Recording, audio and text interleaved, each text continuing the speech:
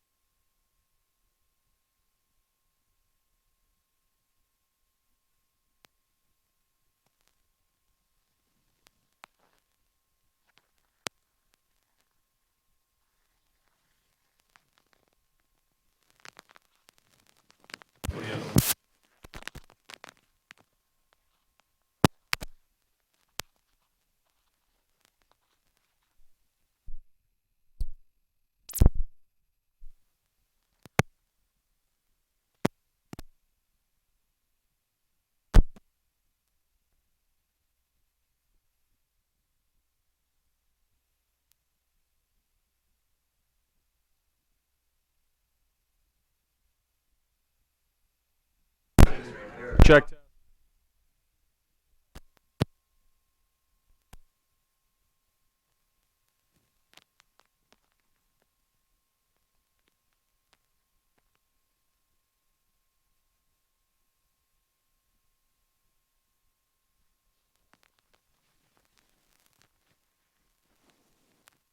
Scott, please don't buy us.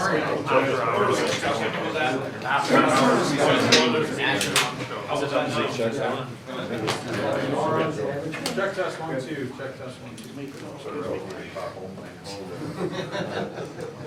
That's first. You can again, Dallas. Maybe just your logic for being on the other way everyone's working. Yeah, more of a product of 2 days ago we had a really tough practice.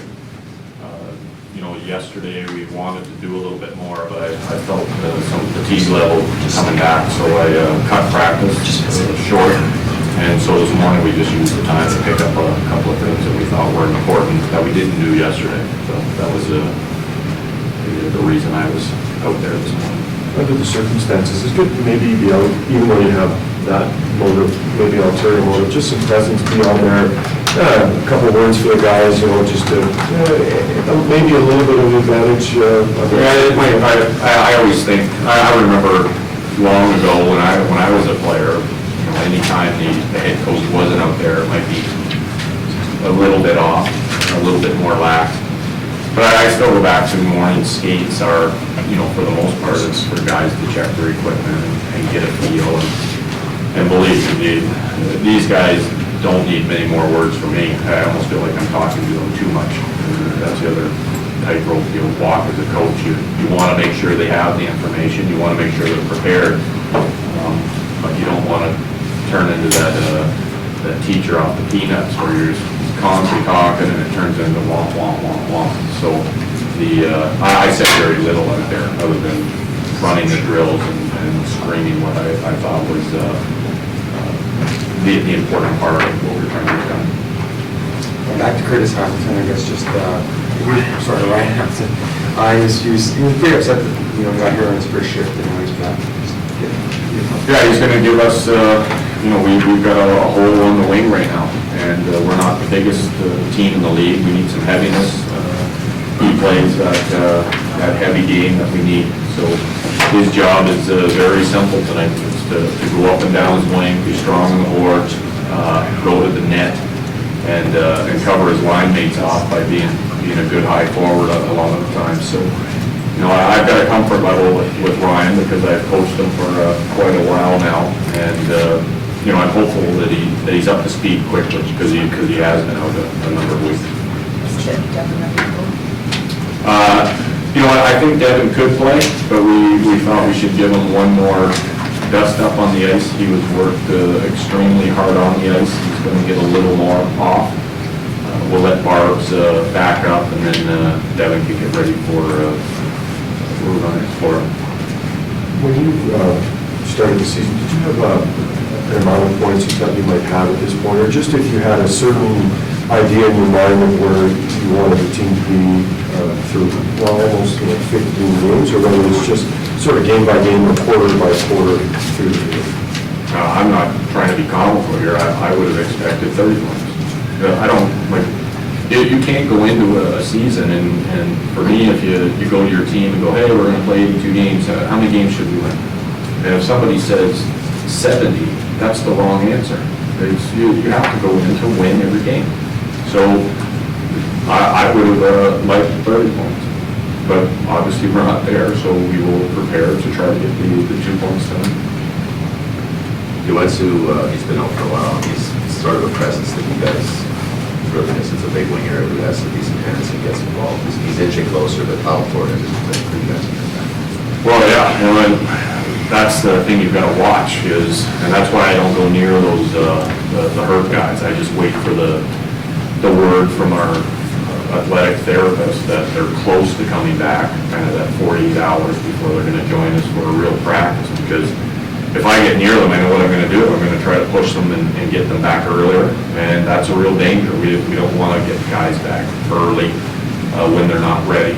So, you know, just like I was talking about Ryan Hamilton, he brings size.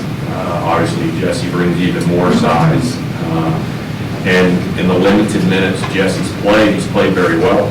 So, you know, we do miss him. We miss a number of components in our lineup right now.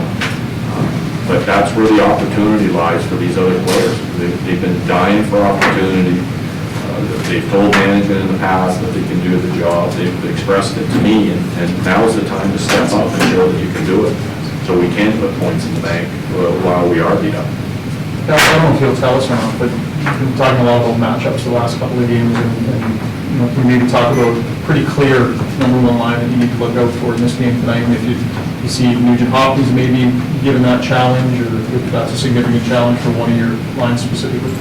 Yeah, I do have something in mind, but as always, if I don't feel like it's going the right way, then you come off of it.